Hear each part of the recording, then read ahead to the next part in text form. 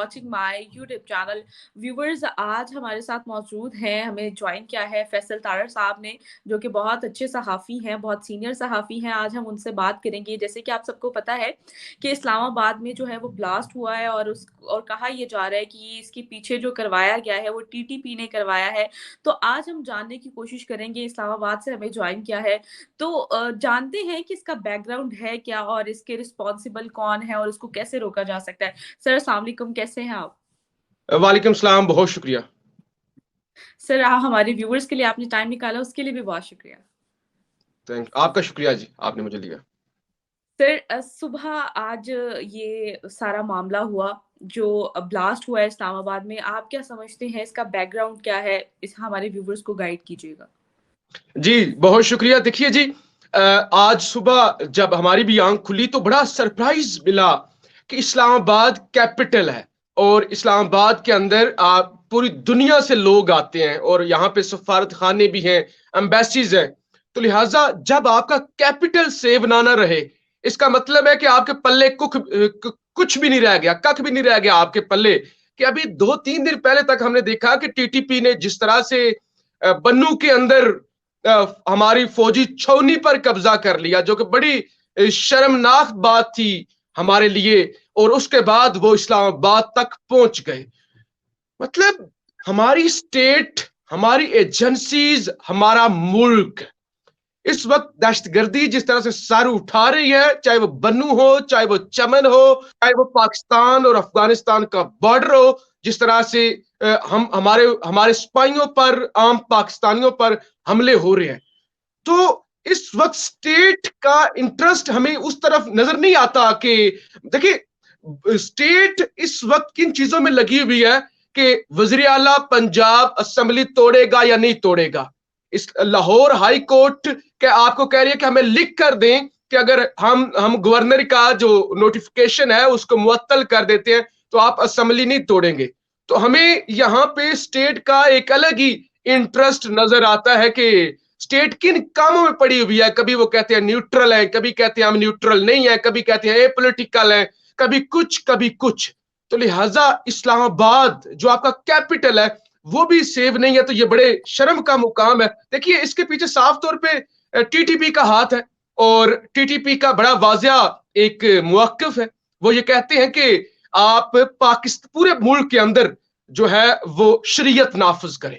इसके अलावा जो फाटा है आपका, और अब उसको केपी के साथ वो जम हो चुका है, वो कहते हैं उसका इंजमाम भी खत्म करें। फिर वो कहते हैं कि हमें आप इजाजत दें कि हम पाकिस्तान के अंदर फ्रीली ऑपरेट करें।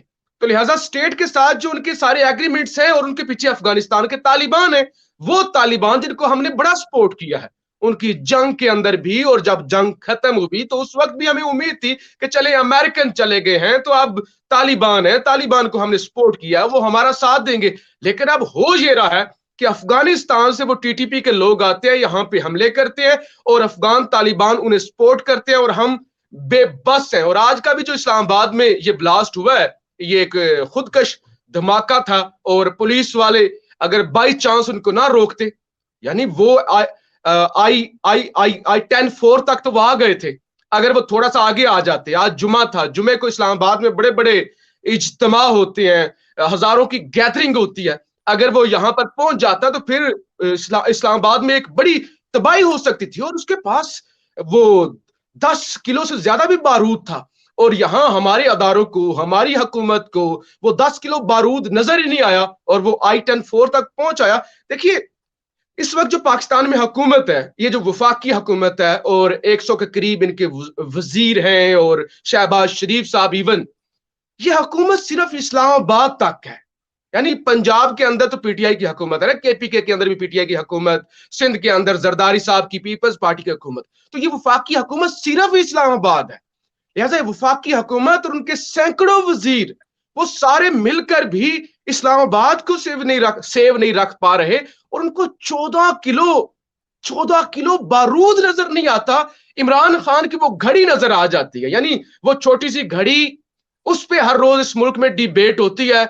चाहे वो ताकतवर हो, उनका भी फोकस ये है कि इमरान खान की ऑडियो फलां कैसे निकालनी है, फलां वाली ऑडियो के अंदर क्या है, उसको कैसे लीक करना है। लेकिन ये किसी को नहीं पता कि मुल्क दिवालिया हो रहा है और टेररिस्ट अब कैपिटल तक पहुंच चुके हैं। तो ये सूरत हाल है और इसके पीछे टीटीपी है और टीटीपी के सामने हमने बस सरेंडर किया हुआ है और वो जो है वो धमाका करते हैं, हमें मारते हैं, जिम्मेदारी कबूल करते हैं और उसके बाद उससे बड़ी धमकी देते हैं। लेकिन हमारा इस वक्त फोकस ये है कि हमने इमरान खान को टैकल किस तरह से करना है, इमरान खान को कमजोर किस तरह से करना है। ना हमारा मैशत पे फोकस है और ना इस टेररिज्म पे।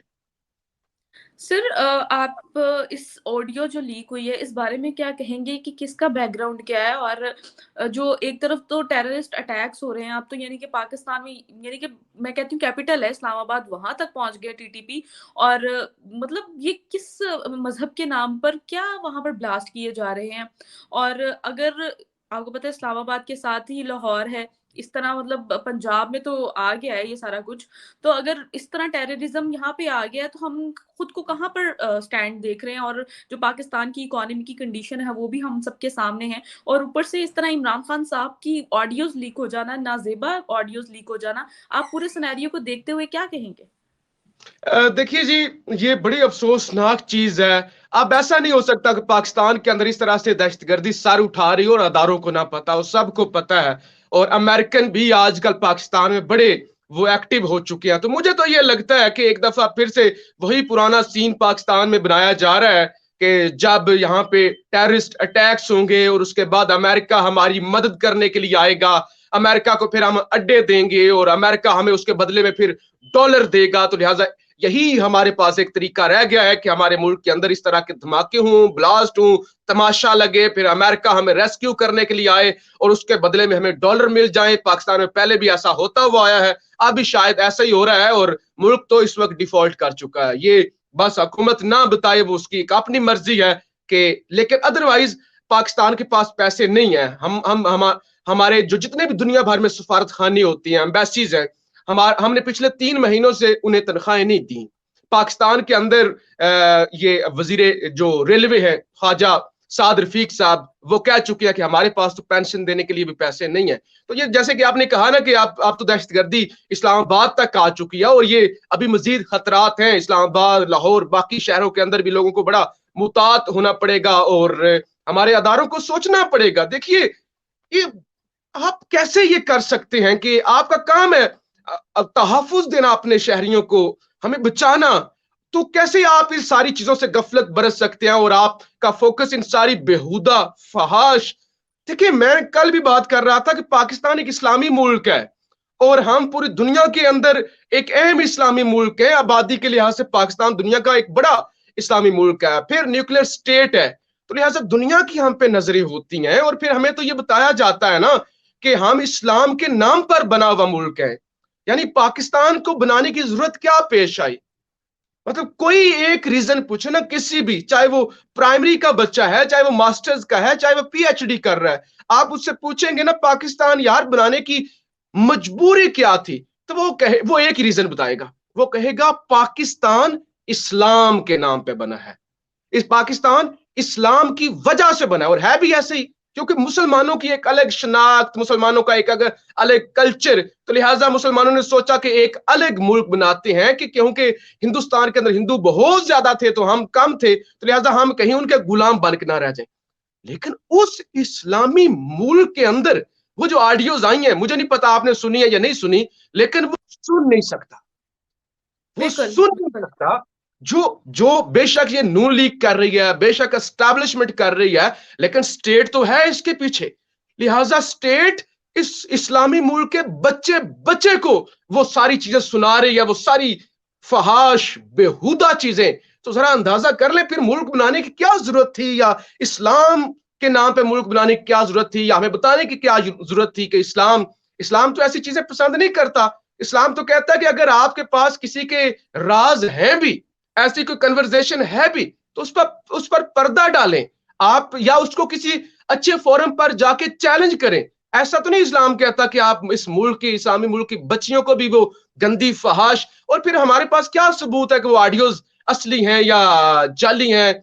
मतलब एक सेकंड लगता है, एक सॉफ्टवेयर पे जाएं, आप मेरी आवाज डालें, किसी और की आवाज डालें, आप उस तरह की ऑडियो निकाल लेते हैं। लेकिन अगर वो ऑडियोज असली भी हैं तो उनका इस वक्त हमारे लिए वो ऑडियो जरूरी है कि उन ऑडियोज को स्प्रेड किया जाए और उस पर डिबेट की जाए, या ये जरूरी है कि मुल्क जो दिवालिया हो रहा है, जो हमारे पास तनख्वाहें देने के पैसे नहीं है, जो हमारे पास बिजली के बिल देने के पैसे नहीं है, लोग भूख से मर रहे हैं, ऊपर से सर्दी है, लाहौर लाहौर को मैंने देखा, और मुझे तो, मैं लाहौर में रह नहीं सका, 2 दिन मैं गुजार के आया हूं, इतनी गंदी वहां पे हवा है, आप वहां पे सांस नहीं ले सकते।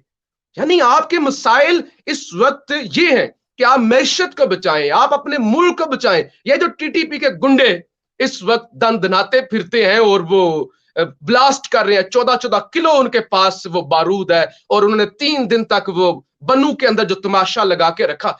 इस वक्त हमारे मसाइल ये हैं कि हम अफगानिस्तान के तालिबान को शटअप कॉल दें, उनके साथ हम बातचीत करें। हमारे मसाइल ये हैं कि हम अपने लोगों को रोटी दे सके। हमारे मसाइल ये है कि लाहौर के अंदर जो लोग इस वक्त वो बीमारियों से मर रहे हैं, दुनिया का नंबर 1 शहर है, जो गंदा तरीन शहर है लाहौर इस वक्त बना हुआ, तो हम उनको कैसे साफ करें। लेकिन हमारे यहाँ पे अलग ही मसले हैं कि वो ऑडियो आ गई है, उसके अंदर इतनी फहाश गुफ्तगू है, और वो फिर इस्लामी मुल्क के बच्चे बच्चे को सुनाया जा रहा है। जी सर, आपने यहाँ पर 2 बातें की, मतलब एक बात की कि हिंदुस्तान में मुसलमान, मतलब पाकिस्तान की बुनियाद इस्लाम पे रखी गई, इसलिए पाकिस्तान अलग हुआ कि हम उनमें मर्ज ना हो जाएं, इस हिंदुस्तान से इसलिए अलग हुए। तो आज हम देखते हैं कि हिंदुस्तान में ही जो है पाकिस्तान से ज्यादा मुस्लिम लोग वहां पर रह रहे हैं। एक बात ये। दूसरा, टीटीपी ने ये करवाया, ये तो वाजिया हो गया, और वो तो दंदनाते फिर रहे हैं कि भाई हमने करवाया, जो करना कर लो। इन शॉर्ट जी ये जी। हो। और उसके बाद हेनरी क्लिंटन ने भी ये कह दिया था, यानी कि रिसेंटली आपने उनका भी बयान सुना होगा, कि अगर हम अपने बैकयार्ड पे सांप पालते हैं तो एक ना एक दिन हमें ही काटता है। तो हम उनको सपोर्ट करते थे, और आज वो हमें ही वो कहते हैं कि हमें मुंह की खानी पड़ रही है। इस पूरे सिनेरियो को देखते हुए क्या कहेंगे कि हम जिस मुल्क की बुनियाद हमने रखी थी इस्लाम के नाम पर, क्या हम उसको अच्छे तरीके से लेके चल रहे हैं? और इस तरह की बातें मैं अब अल्फाज नहीं बयान कर सकती वो ऑडियोज देखने के बाद, कि मतलब अभी तो सिर्फ शुगल में वो बातें चल रही हैं। मतलब लोग अभी सिर्फ 2 दिन सुनेंगे, उसके बाद कहेंगे यार ये तो चलता है, इस तरह होता है। लेकिन जो मसला है टेररिज्म का, वो कहाँ पर स्टैंड कर रहा है? एफएटीएफ की ग्रे लिस्ट से तो हम निकल आए, ठीक है, लेकिन उसके बाद इस तरह की चीजें वाज़िया तौर पर मतलब हमारे कंट्री में हो जाना, आपको लगता है कि हम ज्यादा देर तक उस मतलब उस पोजीशन को स्टेबल कर पाएंगे जो एफएटीएफ की ग्रे लिस्ट से निकलने के बाद हम लोगों को मिला है, मतलब जो इनाम हमें मिला है? क्या कहेंगे आप इस पूरे सिनेरियो को देखिए देखते देखिए देखिए, पाकिस्तान, मुझे बड़ी ये है तो मायूस कुन बात लेकिन करनी पड़ रही है कि पाकिस्तान वाकई अब हमें ये कहना चाहिए कि एक नाकाम रियासत है। एक एक वाकई सही मानों में नाकाम रियासत है। अगर वो नाकाम रियासत ना होती और लोगों का एतमाद होता अपनी रियासत पर, तो आज 8 लाख लोग मुल्क छोड़ के ना जाते। मतलब लोग सिस्टम से मायूस हो गए, और पिछले 8 महीनों में 8 लाख लोग आपकी उम्र के, मेरी उम्र के, वो पाकिस्तान छोड़ के चले गए। वो मायूस हो गए, उनको लगा कि इस मुल्क में कुछ नहीं हो सकता, और वो 8 लाख लोग हार गए। यानी फिर वो लड़े भी नहीं, और उनको पता भी है कि इस मुल्क में लड़ने का फायदा नहीं है। अदरवाइज वो 8 लाख लोग मुल्क छोड़ के ना जाते, और यहाँ पे 8 लाख लोग लड़ते तो शायद बेहतरी के चांस होते। लेकिन शायद लोग इस मुल्क में अब लड़ लड़ के, आवाज उठा उठा के, बोल बोल के वो थक चुके हैं कि इस मुल्क में क्या इस्लाम का भी इस्तेमाल होता है, खिलवाड़ होता है मजहब के साथ, कि जिस तरह का इस्लाम सही मानों में मोहम्मद अली जिन्ना, इस मुल्क के कायद, वो चाहते थे, वो उसका तो नामो निशान नहीं है। यहाँ तो इस्लाम भी इंपोर्ट किया गया। ये बड़ी अजीब चीजें हैं, पता नहीं लोग इसको पसंद करेंगे या नहीं करेंगे। हमने कोई एक हिस्सा ईरान से इंपोर्ट कर लिया, एक हिस्सा हमने सऊदी अरब से इंपोर्ट कर लिया, एक हिस्सा हमने किसी और जगह से इंपोर्ट कर लिया। जो हमें पैसे देता गया, हम उसका नजरिया, उसका नैरेटिव इस मुल्क में नाफिज करते गए, और वो इतने इंतहा पसंद, यानी अजीबो गरीब हमने खिचड़ी पका दी। जिया साहब ने इस मुल्क में जिहाद के नाम से जो कुछ किया, फिर अफगानिस्तान के अंदर हमने जो जो कुछ किया, तो हमने इस्लाम पर अमल करने के बजाय इस मुल्क में इस्लाम का इस्तेमाल किया है, और बड़े इतना बुरी तरह किया है कि आज हमने इस्लाम को बदनाम कर दिया। और लोग जिस तरह से वो इस्लामोफोबिया की बातें करते हैं और हम मिसालें देते हैं, लेकिन हमारे पास कोई ऐसा करैक्टर नहीं है, कम करैक्टर है कि लोगों को हम दिखा सकें कि इस्लाम ऐसा नहीं है। तो हमने कुछ भी नहीं किया। यानी वो दहशतगर्द जिन्होंने आर्मी पब्लिक स्कूल में हमारे बच्चों को मारा, हमने उनके साथ मुज़ाकरात कर लिए। मुज़ाकरात करने के बाद उन्हें हमने कहा कि आ जाओ, वो वापस आना शुरू हो गए, और उसके बाद वो वापस आए हैं तो उन्होंने अब हमें मारना भी शुरू कर दिया है। तो बतौर स्टेट, एक एक ऐसी स्टेट जो जिसके पास न्यूक्लियर वेपन्स हैं, इतनी मजबूत स्टेट है। दुनिया के अंदर 9 मुल्क है जिनके पास एटमी हथियार है, और पाकिस्तान के पास तो दुनिया के तीसरा चौथा मुल्क होगा जिसके इतने इतने ज्यादा वो आपके पास वो सारे आप एटमी एसेट्स रखते हैं। तो उसके बावजूद ये टीटीपी, यानी एक छोटा सा ग्रुप, कितने लोग होंगे उसमें? 2000, 3000, 4000। वो 4000 बंदे कहते हैं कि 24 करोड़ पर हमारी मर्जी मुसल्लत होनी चाहिए, हमारी शरीयत यहाँ पे नाफुज होनी चाहिए, हमारी बातचीत जो है वो मानी जानी चाहिए। और वो देखें कामयाब भी हो रही हैं, वो धमाका करते हैं और उसके बाद वो उनको कोई रोकने वाला नहीं होता, और वो अफगानिस्तान भाग जाते हैं। और अफगानिस्तान के तालिबान, जिनको दुनिया में किसी भी मुल्क ने एक्सेप्ट नहीं किया हुआ, और हम उनको ये भी नहीं कह सकते कि आप ऐसा क्यों कर रहे हैं। इवन हमारी जो वजीर खारजा हिना रुबानी खार साहिबा, वो 10-15 दिन पहले गई काबुल भी, और काबुल जब वापस आई तो उसके बाद पाकिस्तानी सफारत खाने पर वहां पे हमला हो गया। तो ये तो वहां पे हो रहा है। बिलावल भुट्टो जरदारी साहब पिछले 8 महीनों में मुझे नहीं लगता एक हफ्ता भी उन्होंने पाकिस्तान में गुजारा होगा, लेकिन वो एक दौरा भी करने के लिए अफगानिस्तान नहीं गए ताकि तालिबान को शटअप कॉल दें। बताएं यार, तो आप कर क्या रहे हैं? हम ये बर्दाश्त नहीं करेंगे कि आपकी सरजमीन हमारे खिलाफ इस्तेमाल हो। लेकिन मुझे ये बड़ा अफसोस होता है, मायूस हो चुका हूं मैं इन सारी चीजों पे बोल बोल के कि हमने हर चीज का इस्तेमाल किया और हर चीज का गलत इस्तेमाल किया है, और आज हम उसकी सजा भुगत रहे हैं। और फिर जब मैं या आप या कोई और इस सारे सिस्टम से मायूस होकर सवाल पूछता है, तो उस सवाल को दबाने के लिए, उन सवालात को दबाने के लिए और उस सारी डायरेक्शन को मोड़ने के लिए एक ऑडियो आ जाती है, वो चाहे इमरान खान की हो चाहे किसी और की हो, कोई वीडियो आ जाती है जिसकी भी हो, और उस हम भी बेवकूफ है, हम भी फिर उन ऑडियोज और वीडियोज पे लग जाते हैं और हम ट्रैप हो जाते हैं। हम अगर थोड़े से भी हमें अकल हो तो हम कहें कि जिसकी भी ऑडियो उसका पर्सनल मामला है, उसका जाती मामला है, जो भी वो किससे बात कर रहा है नहीं बात कर रहा, हमें अपने गिरेबान में झांकना चाहिए कि हम क्या करते हैं खुद, हमारी क्या क्या हमारी किस तरह की कन्वर्सेशन होती है। हम आप जो स्टेक होल्डर स्टेट के या हुकूमत है चाहे एस्टैब्लिशमेंट है, आप हमें जवाब दें कि इस वक्त मैशत का जिम्मेदार कौन है, इस वक्त दहशतगर्दी का जिम्मेदार कौन है, मुल्क अगर डिफॉल्ट कर रहा है तो इसका जिम्मेदार कौन है, कश्मीर अगर नहीं आजाद हो सका इसका जिम्मेदार कौन है, इंडिया अगर हमें धमकियां देता है और वो कहता है कि हम आपसे पीओके ले लेंगे, हम आपसे गिलगित बल्तिस्तान ले लेंगे, तो इसका जिम्मेदार कौन है। तो ये वो सवाल है जो हमें पूछने चाहिए, लेकिन हम भी उन ऑडियोज और इस तरह की चीजों में ट्रैप हो जाते हैं। सर, ये जो ब्लास्ट हुआ है इस सबको कैसे रोका जा सकता है, या टीटीपी को कैसे रोका जा सकता है? कोई हल आपको नजर आ रहा है? देखें, बड़ा आसान है कि आप एक स्टेट है, स्टेट बहुत ताकतवर होती है, स्टेट के पास ताकत होती है, स्टेट के साथ लड़ा नहीं जा सकता। और स्टेट अगर चाहे तो ये तो आधे घंटे का काम है, स्टेट अगर चाहे तो आधे घंटे का काम है। आप फौरी तौर पर बुलाएं तालिबान को, उनको बताएं कि आप अगर आपकी सरजमीन से ये टीटीपी ऑपरेट हुई तो हम आपको छोड़ेंगे नहीं।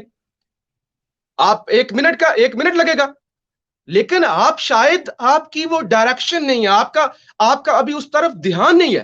पहले भी तो हम निपटे हैं ना, देखें, पहले भी तो इससे ज्यादा ब्लास्ट होते थे पाकिस्तान में, लेकिन जब स्टेट ने फैसला किया कि नहीं यार इनको बर्दाश्त नहीं किया जाएगा, ये अपनी औकात से बाहर हो चुके हैं, इन्होंने हमारे बच्चों को मार दिया, तो फिर ये सारे औकात में आ गए, इनको जेलों में डाला, इनको पकड़ पकड़ के मारा और पाकिस्तान के अंदर अमन हो गया। लेकिन अब बदकिस्मती से अब हमारा वो जरा ध्यान दूसरी तरफ है कि इमरान खान को लटाना किस तरह से है, और वो असेंबली डिसॉल्व होने से कैसे बचानी है, और वो ये सारे पॉलिटिकल इंजीनियरिंग किस तरह से करनी है। तो अभी हमारा ध्यान उस तरफ है, वरना ये कोई इतना मुश्किल काम नहीं है। बहुत शुक्रिया सर, आपने इस्लामाबाद से हमें ज्वाइन किया और वहाँ की सिचुएशन से आगाह किया। Thank you so much. Thank you.